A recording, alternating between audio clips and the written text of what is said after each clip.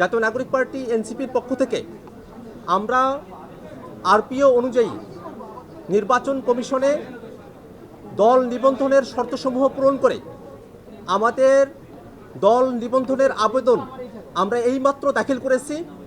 নির্বাচন কমিশনের কর্মকর্তাগণ আমাদের আবেদন তারা রিসিভ করেছেন, আমাদেরকে রিসিভ কপি তারা দিয়েছেন এবং একটি দল নিবন্ধনের জন্য যে শর্তগুলো প্রয়োজন হয় সেই শর্তগুলো পূরণ করে আমাদের মূল আবেদনের সঙ্গে যে সংযুক্তিগুলো আছে সেই সংযুক্তিগুলো নিয়ে আমাদের অন্যান্য নেতৃবৃন্দ তারা পথে আছেন, তারা আসছেন। আমরা সেই অন্যান্য যে ডকুমেন্টসগুলো আছে সম্পূর্ণ ডকুমেন্টসগুলো আমরা এখানে সাবমিট করব।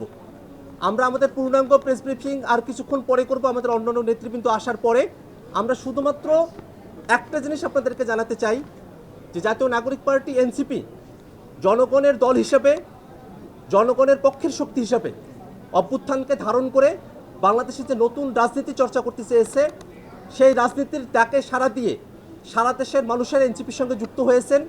তাদের সকলের সদস্য ফর্মগুলো, আমাদের কমিটিগুলো, সম্পূর্ণ ডকুমেন্টস আমরা আজকে জাতীয় নাগরিক পার্টির পক্ষ থেকে নির্বাচন কমিশনে এগুলো আমরা দাখিল করছি। জাতীয় নাগরিক পার্টি এনসিপি দলের প্রতীক হিসাবে নির্বাচন কমিশনে যে আবেদন দাখিল করেছে সেখানে আমরা 3টি প্রতীককে দলের প্রতীক হিসেবে আমরা আবেদন করেছি।